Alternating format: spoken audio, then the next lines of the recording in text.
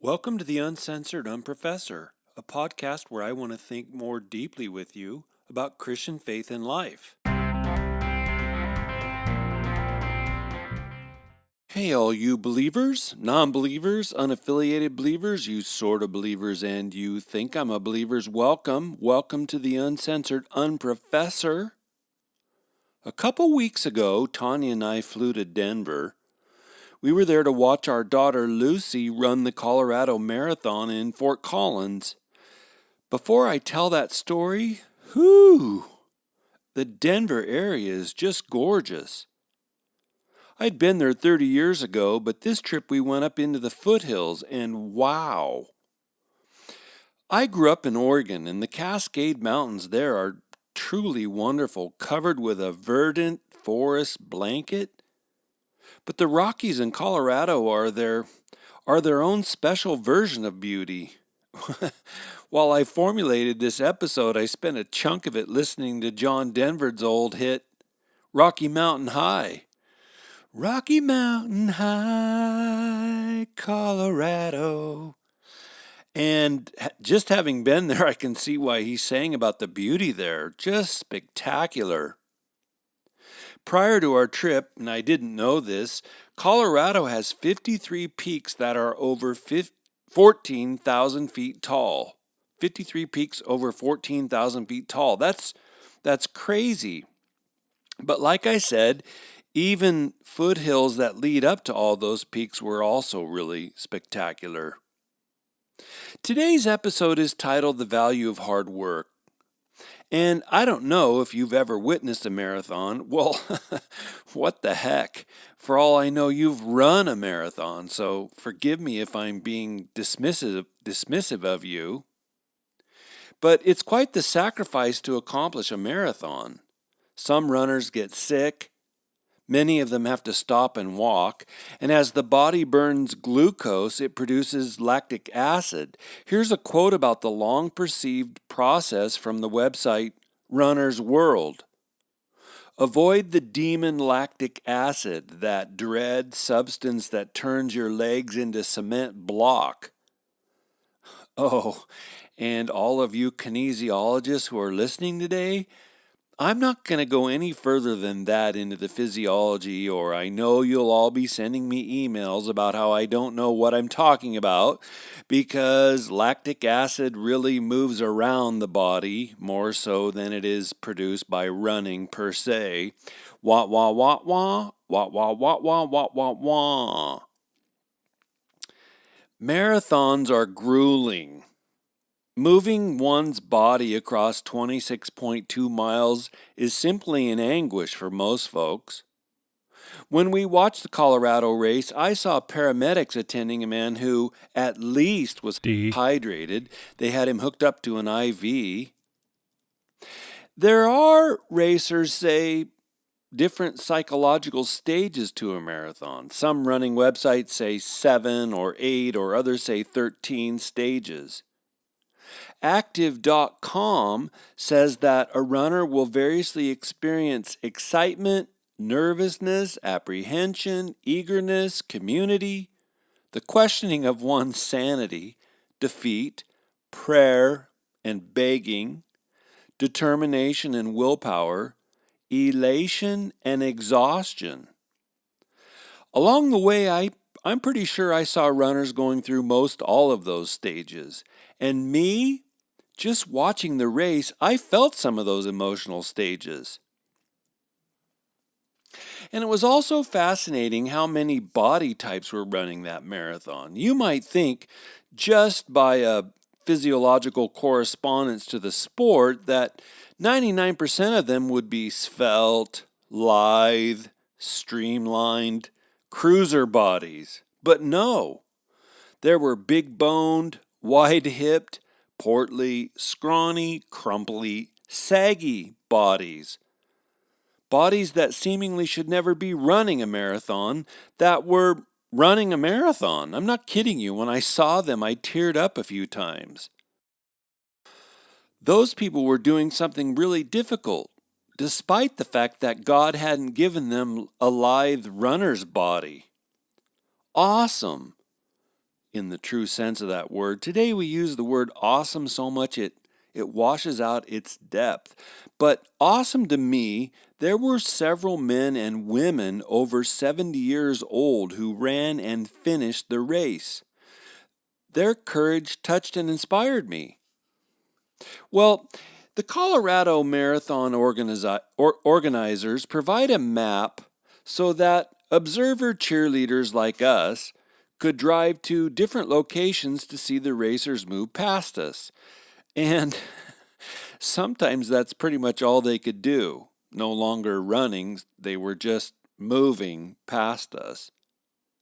When we arrived in our car to mile 16, the first locale at which we could cheer on Lucy, because they had run down a mountainside, so there was nowhere earlier in the race where spectators were allowed to go. But when we encountered her there, she was doing well, despite being nervous and excited about seeing us. And as she ran past, we clapped and yelled, "Go, Lucy, you can do this, way to go." And jogging past us, she blurted out, "I'm not going to walk until mile 20. I yelled back, "1 mile at a time." Along that little stretch of a highway, there were 100 or so other spectators there too. And it was fun because they, like us, were all there to see their own friend or family member. But it was further special because strangers were cheering on strangers. And I'm not sure I've experienced that kind of thing in other sporting venues, right? We usually cheer exclusively for our own team, but there was no home team. There was no own team. There was no team competition to speak of. It was people running against themselves. And there, at different viewing spots along the way, strangers were cheering for strangers. Now me, being the theologian, I wondered, like I often do at graduation ceremonies, how much that all mirrored the scene in heaven when a believer walks through the gates. And thinking about stuff like that makes me tear up, seriously. How cool will it be to have people you knew deeply, alongside friends you knew only briefly, cheering you as you enter into eternity? What a hope we have in Christ. And it would be further fun when the stranger, the runner, would say thank you to those who were encouraging them. "You can do this, way to go." That was mile 16. Then we drove to mile markers 19 and 22, and along the path, strangers were handing water bottles to strangers. Strangers were again and again encouraging people not to quit. And at both locations, Lucy ran past saying, "I'm not going to walk until mile 21. I'm not going to walk until mile 23. And I was yelling out, "You can do this, Lucy, 1 mile at a time." Still more fun? Cheering folks and family held up encouraging signs. I saw a sign that said, "Don't stop, people are watching." "Worst parade ever." "Dad, you're the best." I saw one that said, "Toenails are overrated."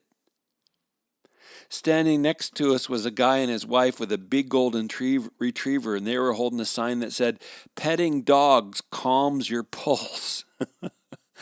Another one said, "Free beer at the finish." Still another one said, "You should have taken a dump when you had the chance." Well, a lot of those got me to laughing, and so I looked online to find other funny signs on marathons. Here were a few that I came across. "John, take your time. We're going shopping. See you in 4+ hours." "Running, it's not just from the cops anymore." "If Trump can run, so can you." Or, "You look skinny." And another one, "Great job, random stranger." There was one that had a big picture of Kanye's face with a caption that said, "You don't deserve a medal, Beyonce does."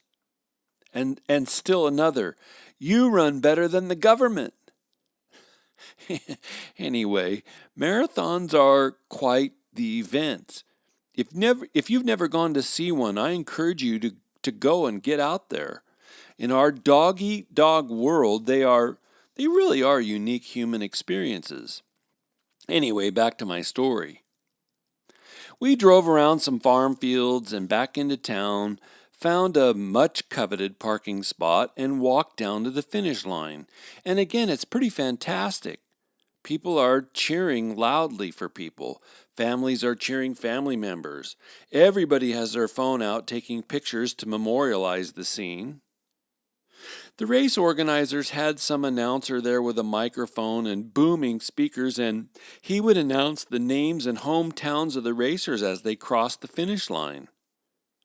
There were booths for massages, a live band was playing, and they pass out nice, big, bronze-looking medals to all the finishers. It was all really festive. When Lucy came down the 250-yard finish stretch, she was literally crying tears. I'm sure elation was flooding her body. Oh my gosh, I did it! I made it to the end of this ridiculous gauntlet. And as she jogged past us, her wildly yelling family, she looked over and shouted, I made it all the way without walking. Oh my goodness, I am so proud of her. Did she win the race? No. Did she take first in her runner's class?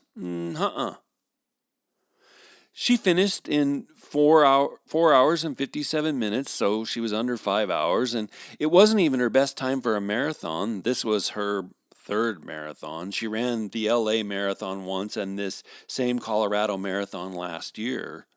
But it was the first time she completed that 26.2 mile stretch without walking. She had overcome the temptation to walk. She had overcome the deep physio-emotional yearn to just slow and walk a bit. She made it to the end without walking. Amazing, inspiring. Honestly, wow. Just wow. I'm so proud of her.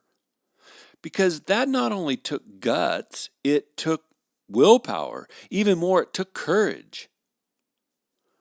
Maybe you've heard me say this in person, but the people I admire most in my life are people of courage. There is so little courage in the world.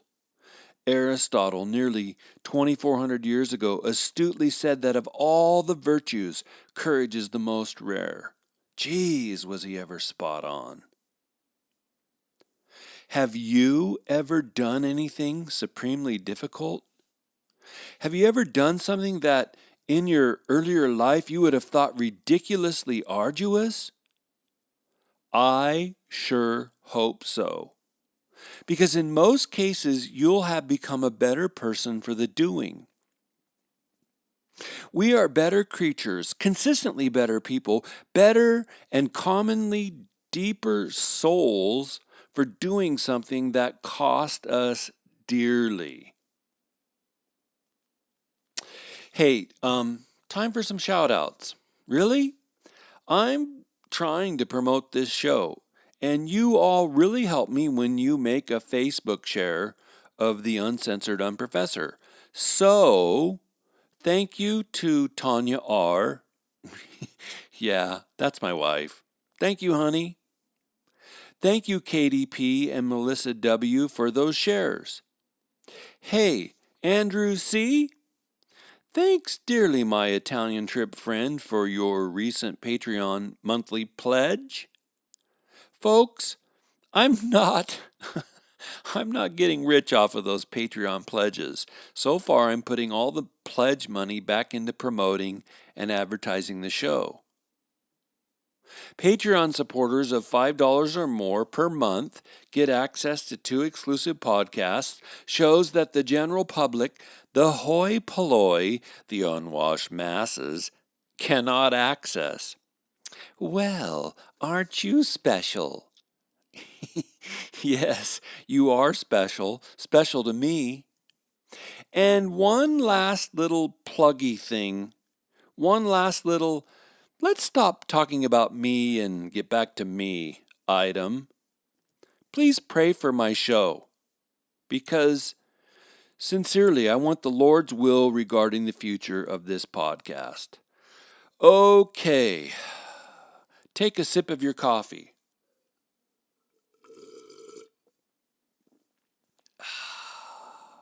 Back to quality time. Let's put our thinking caps back on. We live at a time in history where the human race is the most healthy, the most physically blessed, has the most piles of stuff, a time where it is, compared to all earlier human eras of existence, pretty flaming good. Despite what the varied victim groups would have us believe, the whole human race is collectively mountains better off than at any time in human history. Loads better off than just 60 years ago. But I think that surplus, that extravagance, makes us think we deserve all of that good stuff. Surrounded by oodles of hot running water and electricity and near immediate access to medicine and now the ubiquitous presence of the internet, we've come to believe that other people should simply give us stuff. We live in an era of the greatest human invention ever. Well, first, do you know what the second greatest invention is? Myself having been under the knife of general surgery over a dozen times. The second greatest invention? Anesthesia. The first?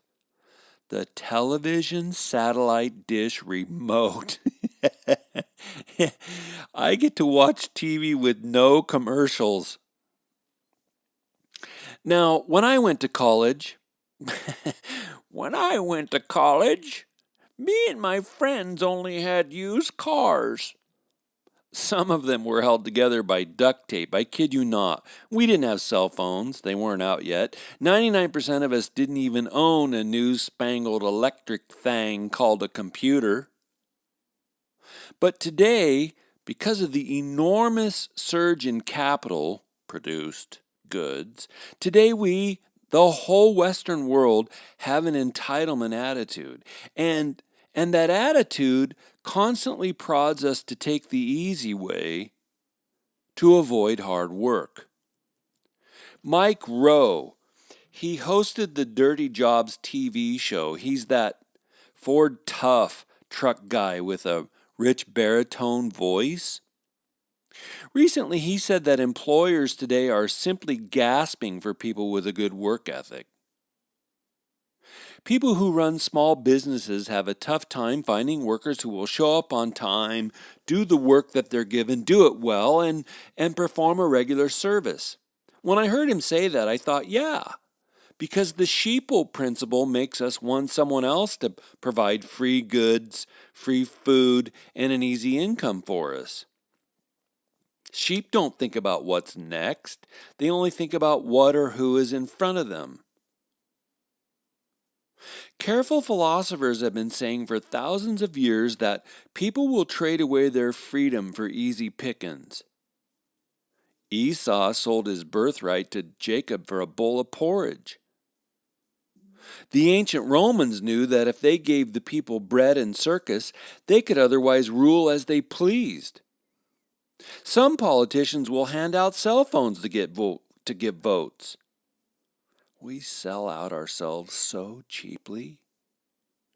Enlightenment writers worried that democracies very likely would internally crumble once the people realized that they could vote themselves free stuff. So hard work is, I'm convinced, undervalued today.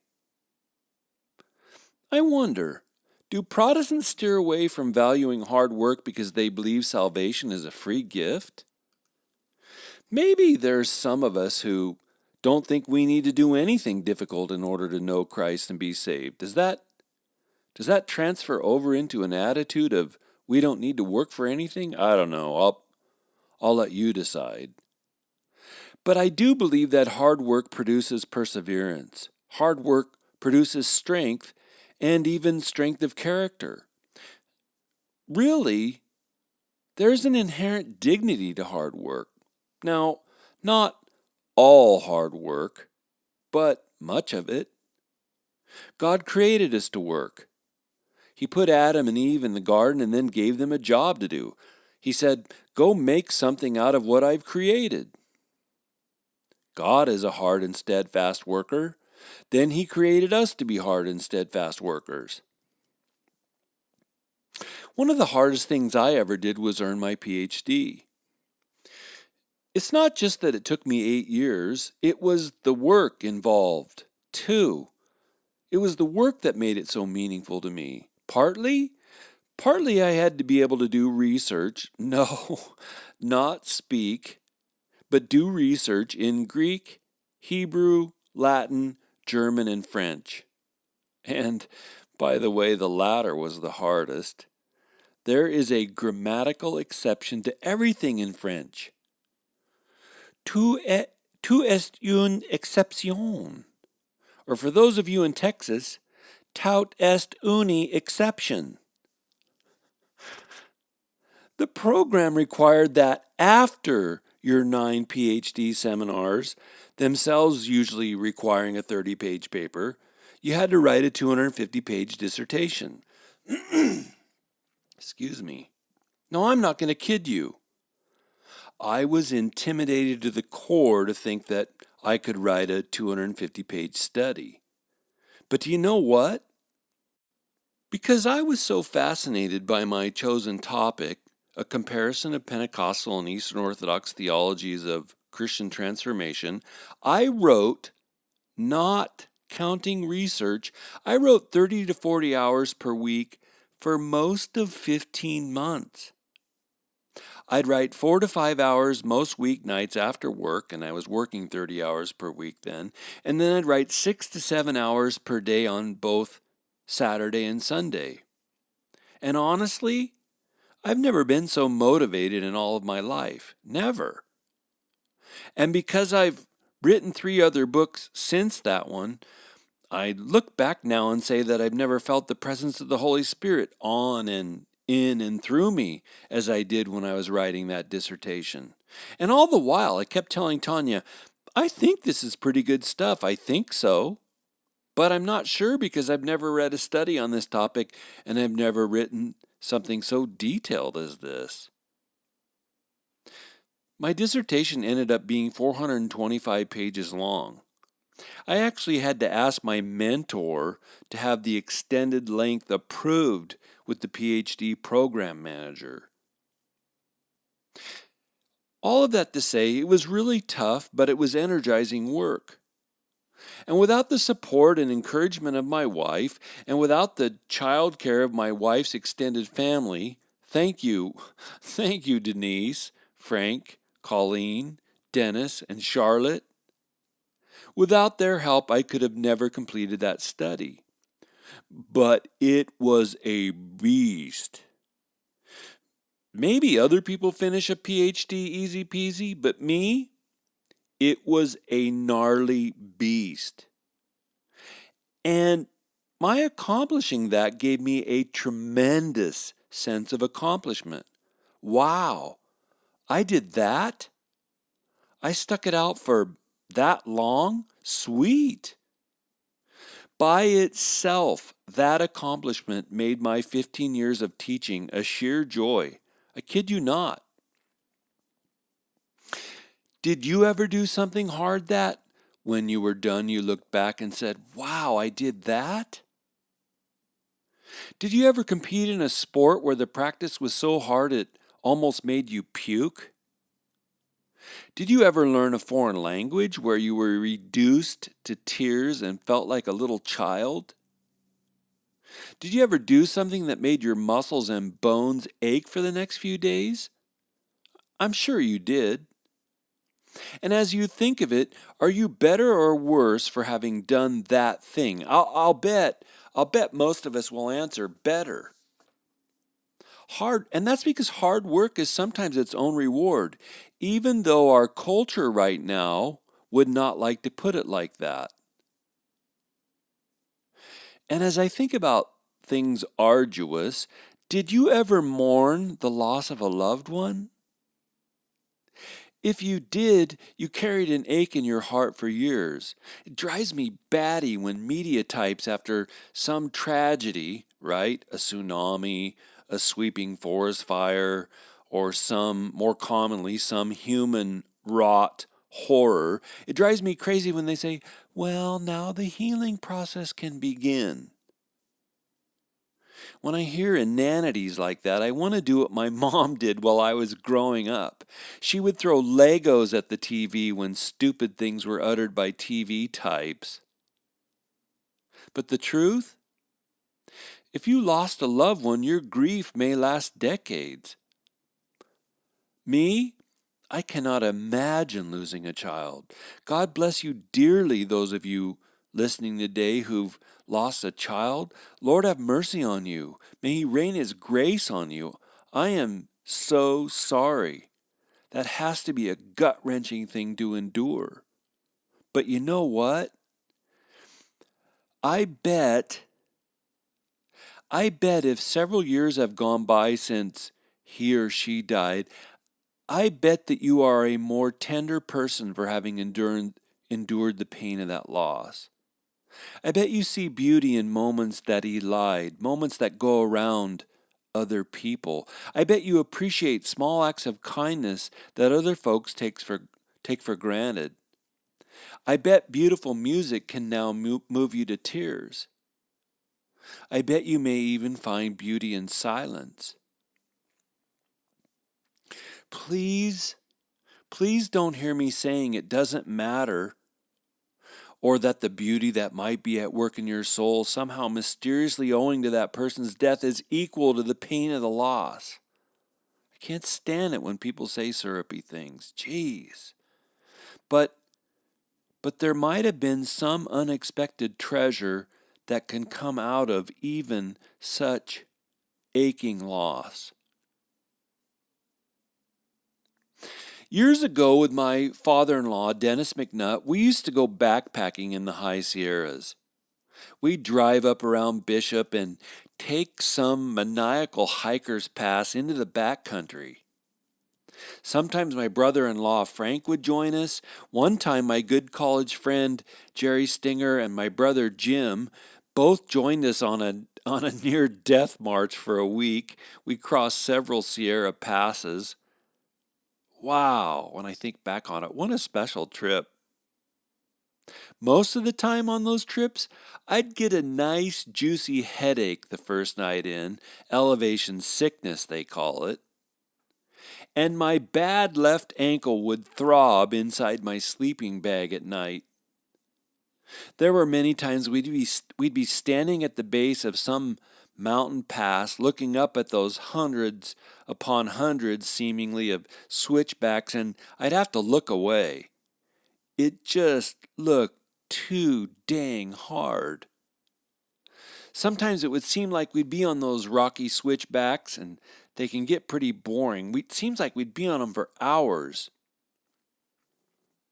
But you kind of learn to take it one step at a time. Sometimes, and I remember doing this, I'd count 100 steps before I looked up or down the next time.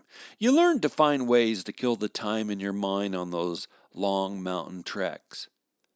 But oh my goodness, the beauty. It was just extraordinary. I'm not kidding. I could feel that beauty down deep in my soul.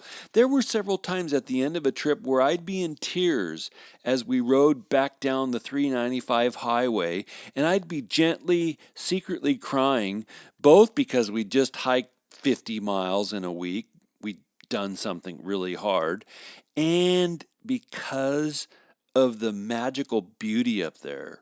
Man, it was like being in the wonderland of Rivendell. The beauty of God's creation could just be overwhelming. But it took that hard work of backpacking on foot to enjoy it, and it made the beauty even more beautiful. Both the hard work, the access back into the backcountry made it meaningful, and experiencing the beauty that was there was just spectacular. I think if people who lived 100 years ago, say before World War I, could see how we live today, they'd be astonished. They'd be astonished at the ease with which we get to do life. We don't have to haul water. We don't any longer wring dry our clothes. We don't get up before dawn, 99.9% of us. We don't get up before dawn to tend the horses and cows and chickens. We have it so good, and I'm not saying that to put you on a guilt trip. I'm saying it to establish some perspective. Despite what your university professor taught you, we aren't smarter than any generation that ever lived before us. We just have the benefit of all those generations having lived before us. They, quite literally, blazed trails.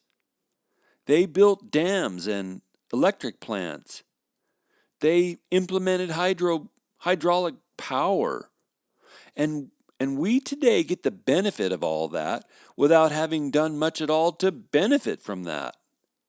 They worked hard, and now we benefit from their hard work. Sometimes when I was a professor, I'd ask my students, what are we doing today that will still be around tomorrow? Right? We get to enjoy and use bridges and subways and freeways and hospitals and John Deere combines. All of that because of the hard work of people who lived for decades and even centuries before us. Thank you, generations who lived before us. Sometimes in prayer I thank God for the church. All those faithful folk who handed me the beauty and goodness of the Christian faith. I'm a Christian only because they were Christians.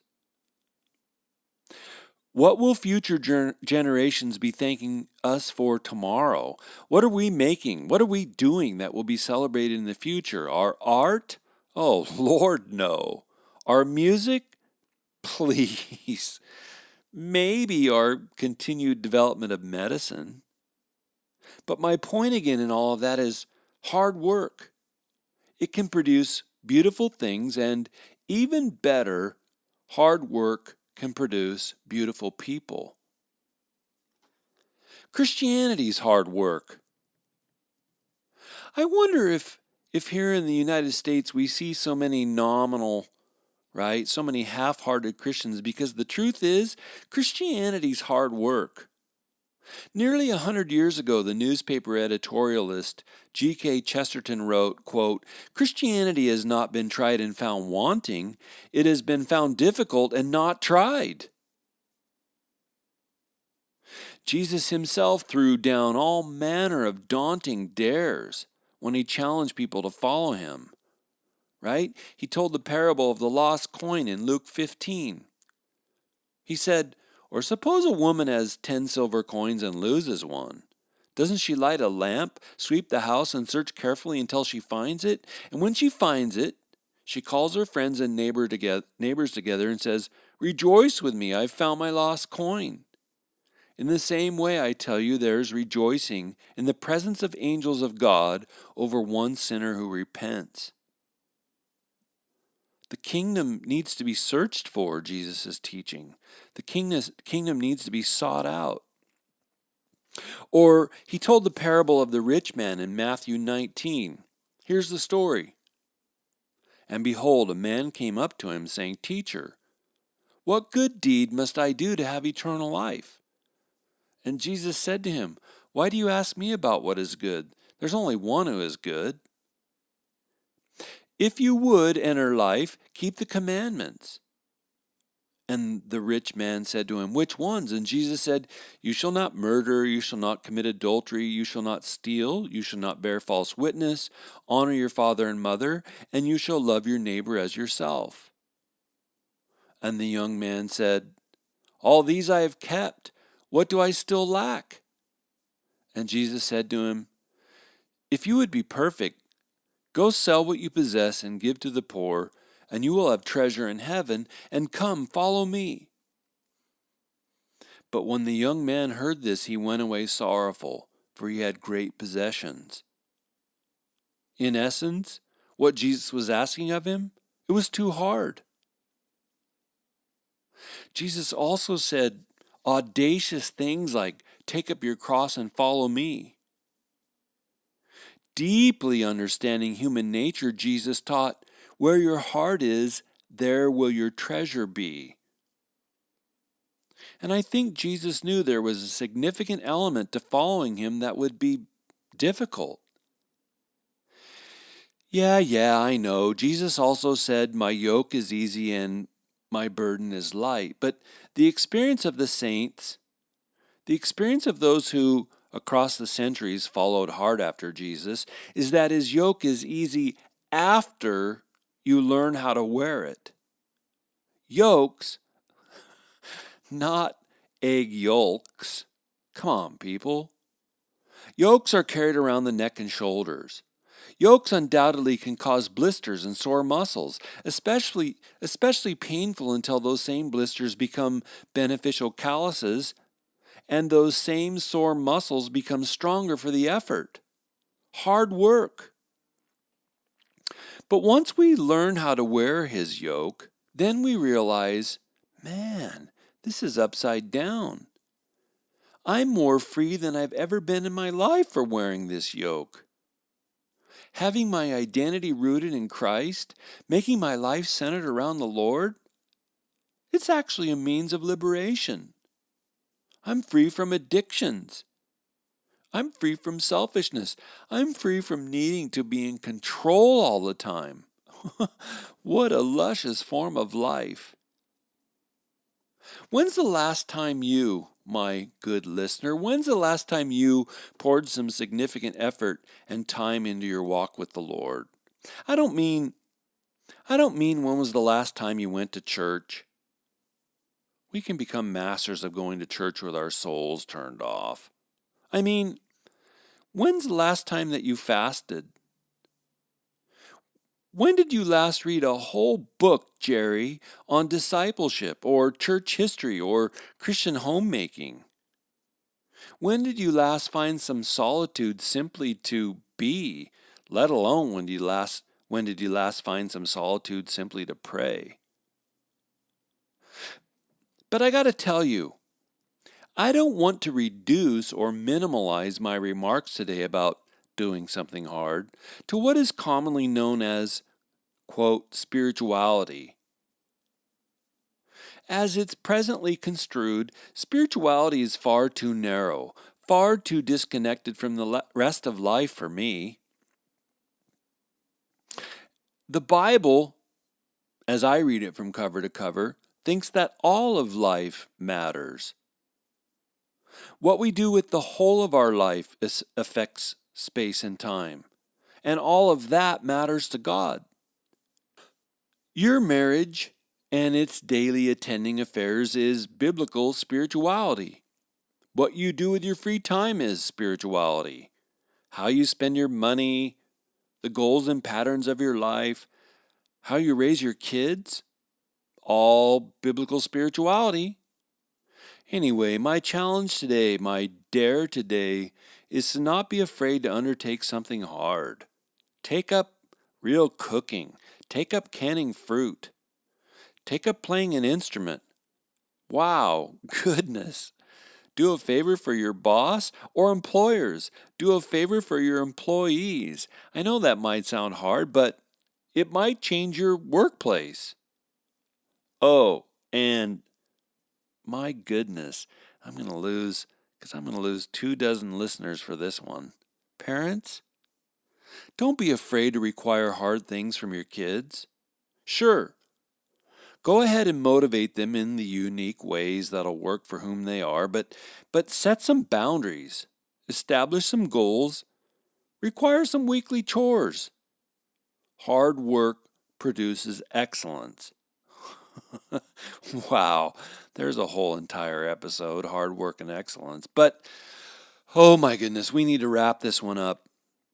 In casual conversation 6 months ago, Dennis McNutt mentioned how today's era overlooks the value of hard work. And I want to thank him for planting that little seed in the back of my mind. So I'm crediting Dennis for today's episode. Thank you, everyone, for listening today. Thanks for considering a Patreon pledge. And turn your brains on, everybody.